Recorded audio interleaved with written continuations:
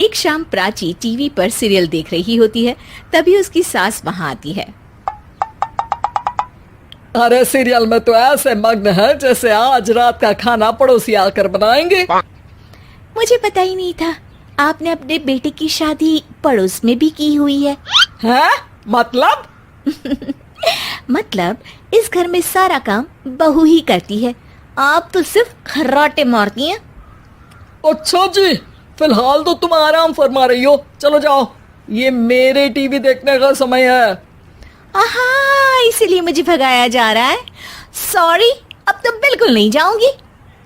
प्राची की इस बात पर दोनों सास बहू के बीच टीवी रिमोट के पीछे बच्चों जैसे छीना झपटी शुरू हो जाती है, जिसके बीच श्लोक भी काम से घर वापस आ जाता है। हाँ, आज मेरी चूहे बिल्ली की जोड़ी किस बात पर झगड़ रही है? अरे तेरे बीवी मुझे टीवी ही नहीं देखने दे रही।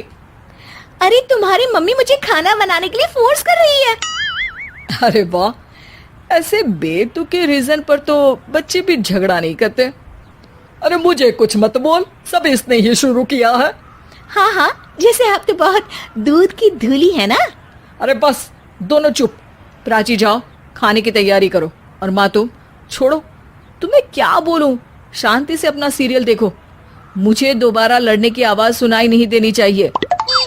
ऐसा बोलकर श्लोक वहां से चला जाता है, जिसके पीछे पीछे प्राची भी कुछ न कुछ बड़बड़ाते हुए रसोई में चली जाती है।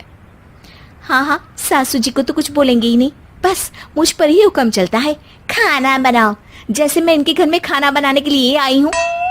इसी तरह शाम बीतती है और रात को श्लोक और प्राची की सास खाना खाकर सोने चले जाते हैं, लेकिन प्राची गुस्से में कुछ खाए बिना काम में ही लगी रहती है। इस घर में किसी को घंटा फिक्र नहीं पड़ता, मैं खाऊं या भूखी रहूं। प्राची कुछ देर के लिए रसोई से बाहर जाती है और जैसे ही वापस आती है तो वहां दूध का भरा ग्लास देखकर हैरान रह जाती है। फिक्र पूरी है, बस दिखाना नहीं है। प्राची दूध पीकर सोने चली जाती है और अगली सुबह एक बार फिर सास बहू का कार्टून नेटवर्क स्टार्ट हो जाता है। ये तुमने ही किया है। अरे अजीब जबरदस्ती है, मैं बोल रही हूँ मैंने कुछ नहीं किया। दोनों ने मिलकर पूरे घर को पागल खाना बनाया हुआ है। यहाँ कोई नॉर्मल इंसान तो रह ही नहीं सकता, इसीलिए अब पड़ोसी क्या रिश्तेदार भी घर आने से कतराते हैं। और सुन बेटे, तू भी चंगा, तेरी माँ भी चंगी, तेरी बीवी भी चंगी, रिश्तेदार। हाँ जी, आपको नहीं पता क्या, गंगाधर ही शक्तिमान है, रिश्तेदार ही। हाँ हाँ, बस समझ गया। कभी जानवरों जैसे लड़ेंगी तो कभी जुगलबंदी करेंगी। भाई मैं आप दोनों के बीच में नहीं फंसना चाहता। सास बहू की इस मनमौजी जोड़ी से परेशान होकर श्लोक अपना सिर खुजलाता वहां से चला जाता है। चलो अब मैं भी कीर्तन में जा रही हूँ। इस पर जैसे ही सास कमरे में अपना पर्स लेने जाती है तो वहां नाश्ते की प्लेट रखी देख मुस्कुराने लगती है और नाश्ता करके घर से बाहर निकलते हुए कुछ पैसे टेबल पर रख जाती है, जिसके कुछ देर बाद सिलेंडर वाला घर आता है। ओ मोरी मैया, मैं सिलेंडर के बारे में तो बिल्कुल भूल ही गई थी। घर खर्च के सारे पैसे भी मम्मी के पास है और श्लोक से बोला तो उल्टा 4 बात सुनाएंगे। प्राची ये सोच ही रही होती है कि अचानक उसका चेहरा चमक उठता है और वो घर में आकर इधर उधर देखने लगती है। तभी उसकी नजर टेबल पर रखे पैसों पर पड़ती है, जिन्हें वो सिलेंडर वाले को दे देती है। ये सब श्लोक देख लेता है। अच्छा बेटे, इतना बड़ा घोटाला, सबके सामने मैं तेरी दुश्मन और पीठ पीछे तेरी मेरी यारी। इस पर श्लोक एक प्लान बनाता है और शाम को सब एक साथ बैठे होने पर बोलने लगता है।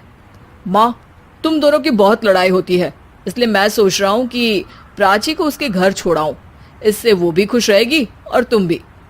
अचानक श्लोक की ये बात सुनकर सास बहू शौक से उसकी तरफ देखती है। अरे ऐसे कैसे घर छोड़ाओगे, मुझे कहीं नहीं जाना। अरे तुमने बोला नहीं पर मैंने सुन लिया, तुम्हें मम्मी के साथ रहना अच्छा नहीं लगता, मुझे पता है। अरे वो, अरे जब बहू खुद कुछ काम बोले तो वो तुझे सुनता नहीं, और अब जो इसने बोला ही नहीं वो तू समझ गया। जब उसे नहीं जाना तो फिर जबरदस्ती क्यों कर रहा है? अच्छा, फिर आपको मौसी के घर छोड़ाता हूँ, बस अब आप दोनों एक घर में एक छत के नीचे नहीं रह सकती। मैं इस टॉम एंड जेरी की जोड़ी को और नहीं झेल सकता। है? ऐसे कैसे नहीं रह सकते? तुम्हें इतनी दिक्कत है तो तुम्हारा बोरिया बिस्तर पैक कर देती हूँ, लेकिन मम्मी जी कहीं नहीं जाएंगी। बिल्कुल यही सुनना था मुझे। अगर दोनों में इतना ही प्यार है फिर हर वक्त ये लड़ाई का नाटक क्यों करती हो? देखा मैंने कैसे माँ किचन में दूध रखती है और तुम उनके लिए कमरे में नाश्ता रखती हो, और कैसे वो पहले ही तुम्हारी दिक्कत समझकर घर में पैसे रखकर बाहर जाती है। अरे भाई, इतना ड्रामा तो डेली सोप में भी नहीं होता जितना तुम दोनों ने इस घर में फैलाया हुआ है।